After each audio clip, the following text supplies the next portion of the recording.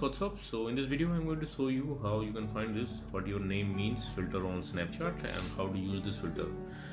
To use this filter it's very simple. You just have to write your name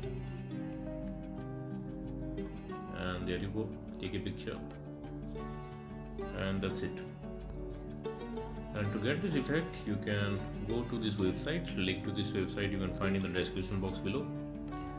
In the website you will see the snapcode for this filter. If you are browsing this website in your laptop or PC, you can scan the code with your Snapchat mobile app, and if you are browsing this website in your mobile, just tap on the snapcode and you will see a pop-up here, unlock for 48 hours. Tap there and that's it. So thanks for watching the video guys. See you in the next video.